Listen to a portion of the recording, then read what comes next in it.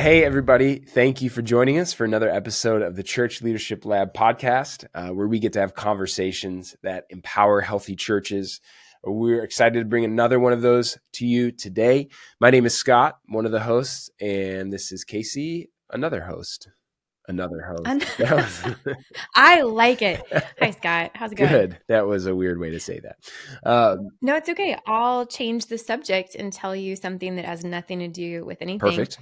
Between recordings, I was in such a good, happy mood because it's like fall and nice. And I took the last sip of my coffee, which my parents just got back from Africa. Oh, cool. So this was Kenyan coffee. Ooh.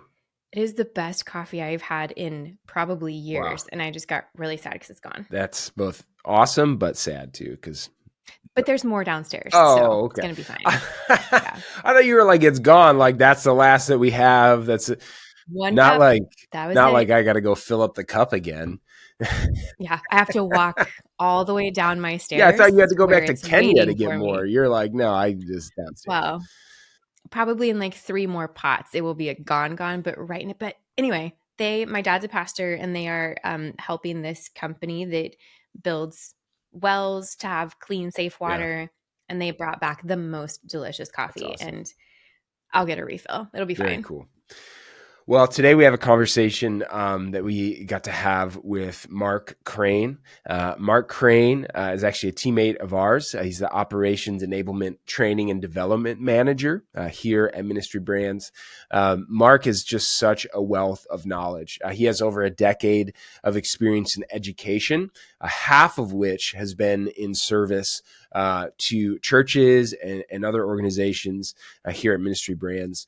He's also has an extensive background in banking and finance, and has really used those two realms of knowledge to kind of come together and work directly with churches to implement and improve their financial systems. Mark has a passion for process improvement and helping ministries become more efficient and effective in their operations. And that's what we talked about in this conversation. We really dove into how do you do a lot of those things that Mark has spent years teaching and training churches how to do. We kind of unpacked and looked at. And so it was a great conversation, and I'm excited for you to listen. So enjoy this episode, this conversation with Mark Crain. Well, Mark, thanks so much for taking the time. To chat. And I'd love to start with this. All right, we ask every guest this. There's the public bio, right, or the speaker bio, or what's going on in the back of the book or whatever. But there's always something that doesn't make that all your friends and family would know about you. So yeah. What is that for you? So my first time in the newspaper was as the head of the dragon of a Chinese New Year parade when I was in elementary school. Oh, nice. So you see my face through the opening of the dragon. It's just dumb, but yeah. It's one of those weird experiences as a kid. Just all of a sudden there's a camera in your face. And yeah, you get that picture taken of you. That's awesome. Now, what were you doing in the dragon? I was the head of the dragon. Okay. So the traditional parades, you have the head of the dragon, you have the people who are the body of the dragon, yeah, kind of flying down the hallway. Oh, that's right. Yeah. I was the one in the head for some strange reason, and there I was. Famous now. Yeah, that was my claim to fame. Yeah, no, that's awesome. Well, we're gonna talk about all things accounting, financials, and really ultimately what it looks like to be good stewards of resources for churches. You've spent a long time working with churches when it comes to... done a thing or two, yeah. Yeah, when it comes to all of this, financials and accounting and all of that. What are some mistakes that you've seen, so maybe some common mistakes that you've seen churches make when it comes to financials? So 2 things really come to mind. The first one would be that you isolate the one person who does all of it. So you become very reliant on one person to tell you how your financials are working. Yeah. And that's fine, but you're also then completely beholden to that person and them doing it correctly all the time, and them being on the up and up at all times, because we all go through bad experiences in life, and that's where, when that starts to happen and somebody's having financial issues, that's where people start skimming off the top. And unfortunately in churches, we experience it all the time. Yeah. We're very trusting, loving people, and we're going to give everyone the benefit of the doubt, but it makes us targets as well. Yeah. So leaving one person wholly unchecked in that role is a mistake we see pretty common. Yeah. Well, and just real quick on that too, I got to imagine also what happens if something happens to that person. I mean, obviously, God forbid, but if people always use the analogy to get hit by a bus, right? Sure. Or something like that. But there's so much that you're putting on a single person that if that goes wrong, I don't know. I've literally wrong. had that scenario occur. One of my very first customers I worked with, that happened to them. There was somebody hired in to become the membership head, and then the person who was doing the financial side had a stroke. Wow. Gone like that. Yeah. And all of a sudden there was one person who had been with the church for like 3 weeks, and now they had to run everything. Wow. It happens. Yeah. And when you isolate someone into that role, they're the only one that knows it, the only one that understands it. It can become a big problem overnight. Yeah. So what else? I know I'd cut you out there, but the kind of having it all rely on one person. What are some other things you've seen? Yeah. So that one is the biggie. The other one is that you become very compartmentalized, where no one understands where you stand financially. So particularly if you start getting customized reports that are coming out, well, if they're not coming directly out of your financial system, the chances are higher they've been altered. So when that starts to happen, now that can be beneficial for your annual report to your members. Sure. To really slim things down, trim things down, and make it understandable for them. But if that's what you're getting every month, again, that's a huge red flag. So you want to use it, particularly in whatever accounting software, if you're using ours, for example, you want to use the stock reports that are there, because there's really no hiding from it. Okay. Somebody can go in and just say, run this report, show me everything, and the system's going to just return to you everything that it knows. Now, does that mean it knows everything? No, it doesn't. But that's where not isolating that one person comes into play. Yeah. So now you have a check behind it, and you're using the stock reports that the system is creating. Anytime you get into custom things, while they can be nice on some occasions, that shouldn't be the norm that you're doing that. Yeah, that's really good. Now, I know that churches are always kind of looking at, okay, these are the resources that we have, how can we steward them? And especially as things happen with the economy, or there's fluctuation, or all of that, sometimes it's not, hey, we need more resources, but it's, this is what we have, how can we steward it well?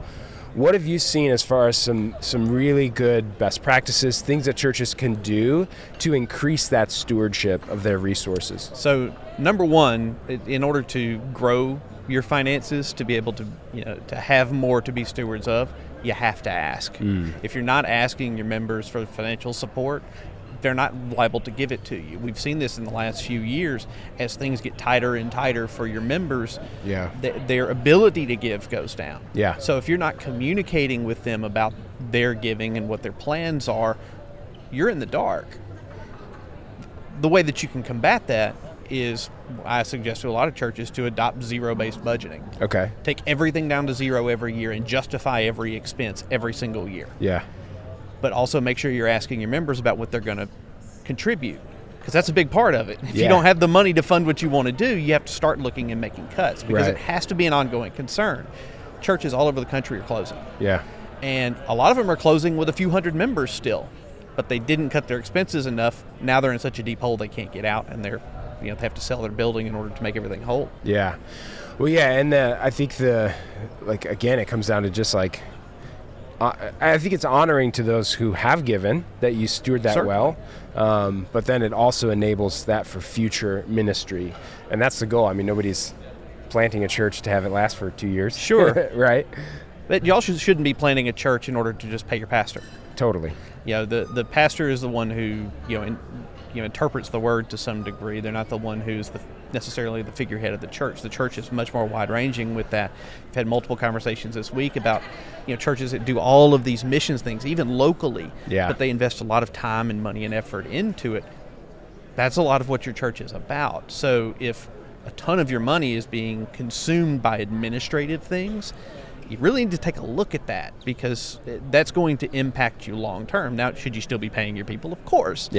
But if you're just scraping by enough to just pay your people, that's not going to be an attractive church for someone coming in from the outside to say, oh, this is a place I want to be. What all are we doing? Well, we can only really afford just to pay our people, and we've actually had to cut back, and some people are now part-time that were full-time before. Yeah. They're like, I don't know that this is going to be the church for me because I don't know if it's going to be here in 3 years. Yeah, and that's the thing. Like the oftentimes ministry does take resource. So if you want to do certain things, like you have to have that. But it's just so important to keep the first things. Sure. And as opposed to kind of creating that where it's like now, most of this is going to admin or to pay salaries, and that can be a tough spot. Yeah, or debt even. So some very large churches they overbuild, and they take the build it and they will come approach. Well, forgot the fundamentals of the church is not necessarily that. It's about the word and the message that's coming out of your church. Yeah. So you can build these grand facilities, but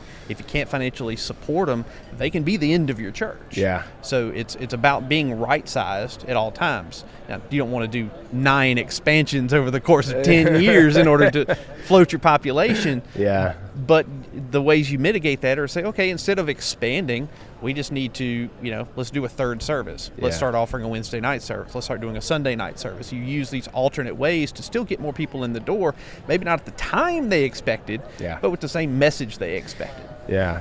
Now, what have you seen for the way that things like recurring giving, online giving, digital tools, like how that affects, especially probably the ability to look at a year and to look at, what you have coming up? How have you seen that affect people being able to steward resources better? So one of the hidden benefits of online giving is recurring giving. Yeah. For no other reason than generally in giving history, you see, these peaks and troughs. Yeah. It's July right now, so we would be in a trough of giving traditionally. But with recurring giving, it doesn't matter whether they're gone to Florida for the month or they've gone overseas or, just their kids are home, so they're doing more stuff with their kids on the weekend, so they're not coming to church. Yeah. Giving remains constant. So even if they give 10% less, you're not having to wait on it to come in. You're now able to more accurately project what your income's going to be. And there are a lot of churches that are moving in the direction of they're just budgeting based off what their recurring giving is. Oh, wow. Anything else is bonus. Yeah. So they can do other things with it. But if you budget based upon what you're relatively sure you're going to get, which is this old model that, Catholics love, which is called pledges. Yeah. But this isn't a pledge. This is actual giving coming in. So it's a little different of an animal. But it's the same basic concept. You're budgeting based on what theoretically know you're going to get. Yeah. And then everything else is cake on top. And now you can do more things than you expect. So you're budgeting at the low end for expenditures. Yeah. Yeah. And that recurring piece that, I've joked before, it's like automatic faithfulness. Yeah. But that's just one of those things that, and I think it goes back to what you were saying earlier, like, how do you increase stewardship? Well, first of all, do you ask? I think the same can be said about some of that digital adoption and seeing people jump onto that. Like, have you explained the benefits? Have you said, here's why this works really well? Here's why this is better both for you and for the church? I think that's a piece as well. Like, are you clearly communicating that to your people? Yeah, I know a lot of pastors I've talked to in the past, they're really scared of feeling like they're always pushing for money. Sure. Well, it's not pushing for money unless you're saying, well, we need money for this, and we need money for this, and we need money for this. It's no, your faithfulness is appreciated. We welcome your gifts. We have multiple different ways that you can do so. Yeah. And if you would like to do so on a recurring basis, we can facilitate that for you. Yeah. To make it as easy as possible for you to financially support the church. While also saying, if you can't financially support the church, here's all the different ways that you can volunteer. Here's all the different ways that you can serve. When you focus on money, it's all anyone thinks about. But giving is not necessarily money. It's a big part of it, of course, because it's keeping the lights on. But there are those who can't give, and making sure that they understand money is not expected. Volunteering is not expected, but some form of contribution to your church is expected. Yeah, being a part of the body there, the family there. Yeah, 100%. Now, let's talk a little bit about the tools that people are using to do their accounting. Sure. I think my question is, does it matter? Obviously, it matters what you use, but I know that there's a lot of options out there. Sure. what are some reasons that somebody should go with something either created for the church versus, well, this is just accounting software that I know because I've used it in work before, or that sort of thing? So there's quite a few different reasons, but I'll try and highlight a couple. One of the most basic ones is payroll. Yeah. Pastors have a specialty payroll scenario. Yeah. They're very special. And some more off-the-shelf turnkey products that just exist for business usages don't even factor that in as a concept. They're like, wait, there are people who get paid that don't have to have taxes withheld, and they've opted out of Social Security. And yeah, it's like, yes, those are things. That's a real thing. You do have to account for that. Yeah. So, and the more that you get away from having an actual, CPA certified nonprofit church-focused accountant on staff, yeah, they're hard to find, number one. They are. So yeah. It's hard to make sure there's one on every staff of every church in the country. Then you need some sort of platform that knows the rules. Yeah. That can guide you that direction and has the support behind it to say, oh, I know you're trying to accomplish this. If you go here and click this accounts for that scenario. Yeah. So that's a biggie. The other is, it is what you're doing focused on the nonprofit space, and do you have an understanding of what it means to be not just a church, but a nonprofit? Right. We're going to talk a lot about this in our presentation that we're doing with the Christian Community Credit Union. Yep. Yeah. That there are things to consider on the lending side when you're talking to a bank for when you do want to expand that are inherent to churches. Yeah. That a lot of others don't understand. Well, if your financial software is set up in such a way that it understands that at a basic level, and you're able to produce these reports out with minimal effort, you just kind of click and they run. Yeah. All of a sudden, it makes that process easier for you. Totally. Than something that doesn't understand, use a nonprofit, use a faith-based organization, and the verbiage that they're using is all wrong, and doesn't know how to account for the 85 different directed donation funds that you may have in your church.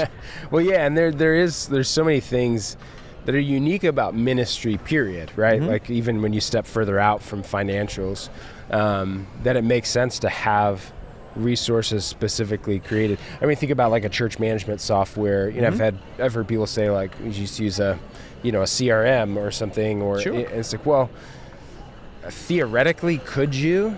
Sure. Yeah. But using the tool that's made for the job can make all the difference in the efficiency, effectiveness, ability to do the job. I mean, all of it. Absolutely. Something that understands what's your church process. Yeah. That an onboarding process or a prospecting tool that businesses use versus an onboarding process for a new member and the communications that are needed are wholly different. Totally. Yeah. Can you square peg round hole? Absolutely you can. Yeah. It's just how much brain power do you want to put into it? Yeah. So can you get there? Yeah. Should you have to do all of that to get there? Not with as many tools as there are that are available. Yeah, 100%. All right. Well, one thing that we ask everybody as well, our goal in all these conversations is to help empower healthy churches. So we like to ask everybody, what, in your opinion, what's one essential component of a healthy church? Knowing that a church has two pieces. Your church is primarily a ministry organization, but your church is a business as well.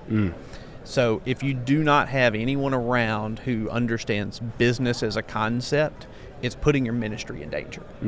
So a healthy church has people around who understand the business side of things. Yeah. It is a business. You do have to have income. You do have expenses. Yeah. You do have to budget for things. There is a business component to it. Yeah. And if you don't have that around, it is really going to be a struggle to not just thrive, but even survive. Yeah.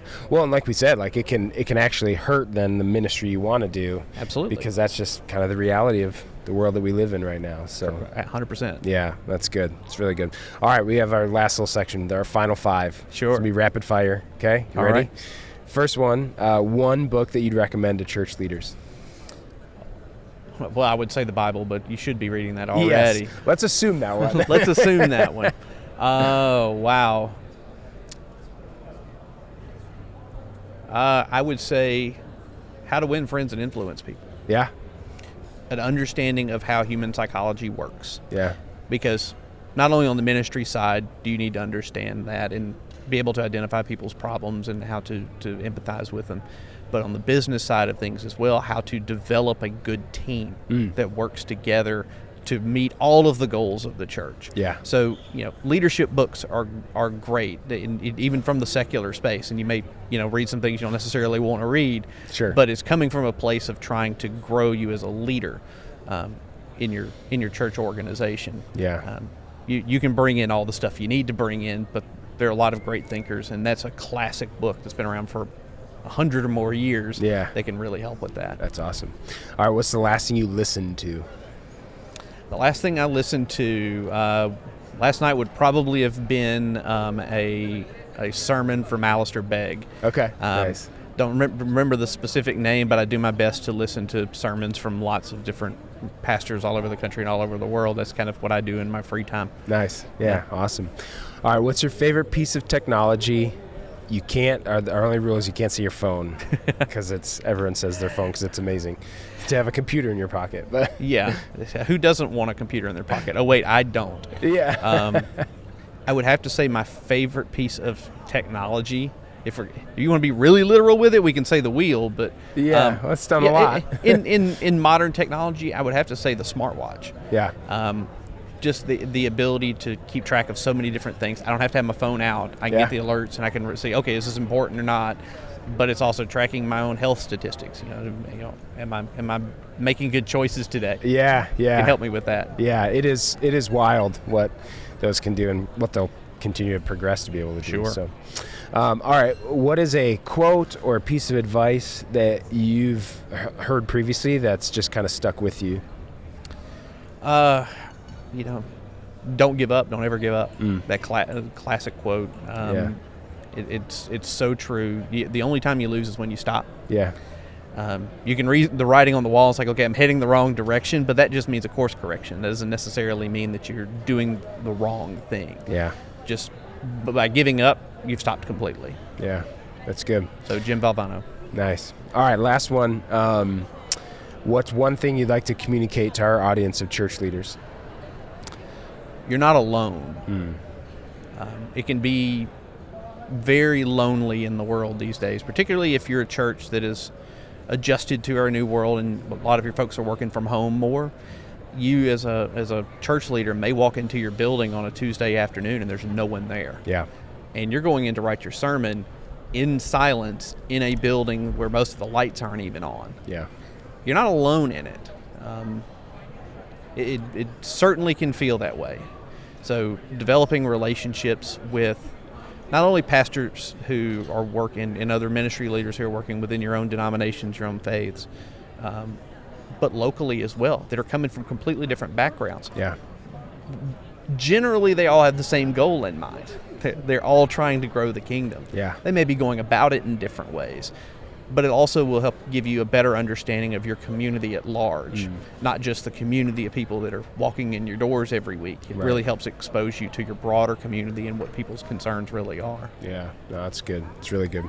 Well, I appreciate your time and the wisdom that you've shared. I know that, you have a lot of years of helping churches, serving them, working with them in this. And so we appreciate you sharing that with our audience. And we appreciate those of you listening, watching.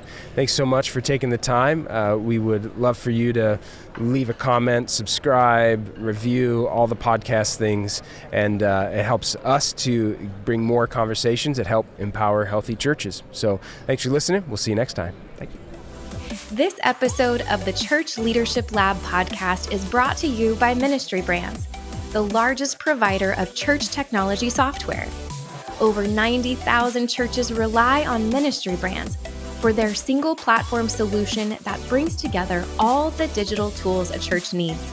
From online giving to websites to church management software and more, Ministry Brands is leading the way in simple to use, innovative solutions, all with the goal of empowering healthy churches. To learn more, visit ministrybrands.com.